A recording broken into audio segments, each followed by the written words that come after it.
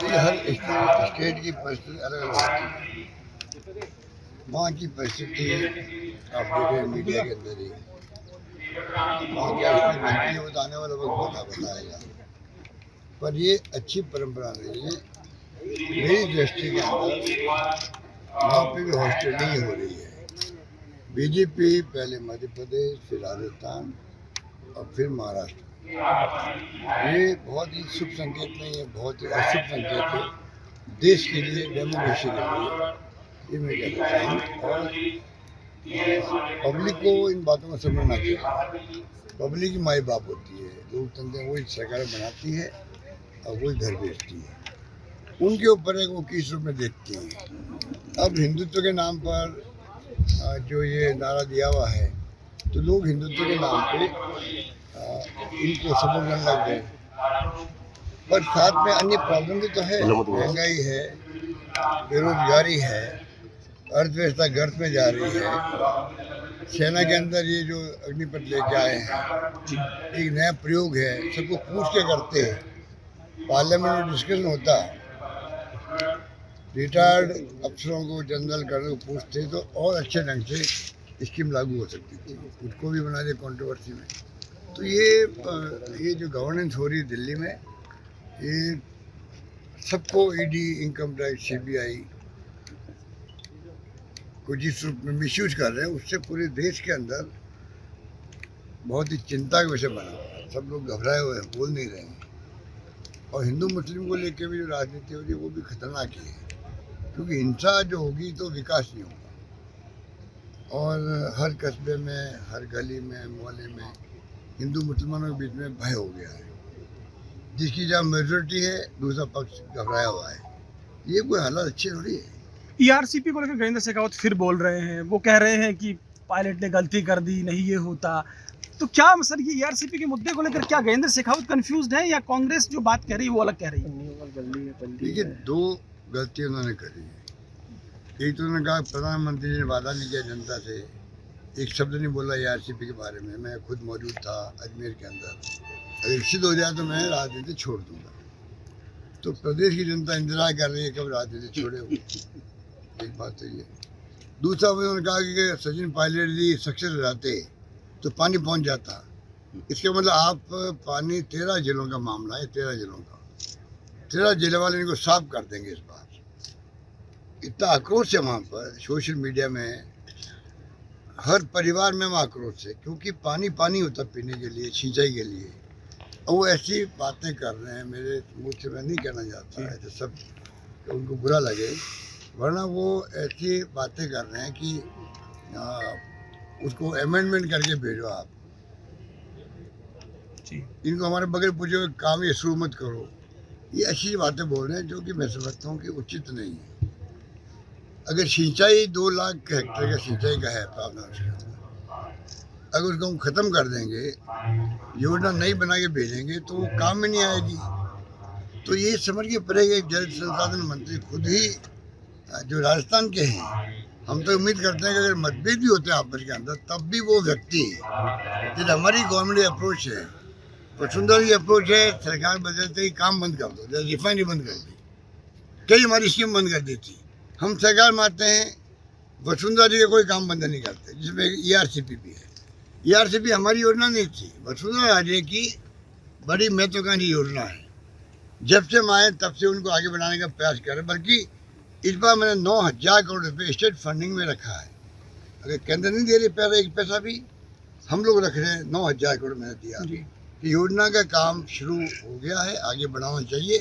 केंद्र दे या नहीं दे, हम लोग लड़ते जाएंगे, पर रोका नहीं हमने।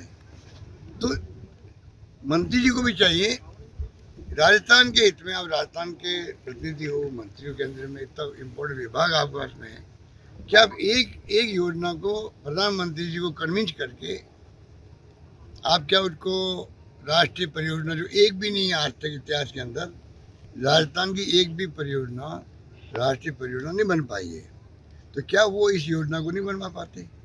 बनवा सकते हैं। अगर वो नहीं बनवा पाते तो उनका नैतिक अधिकार क्या है बात करने का? या पायलट पर डाल रहे हैं ना।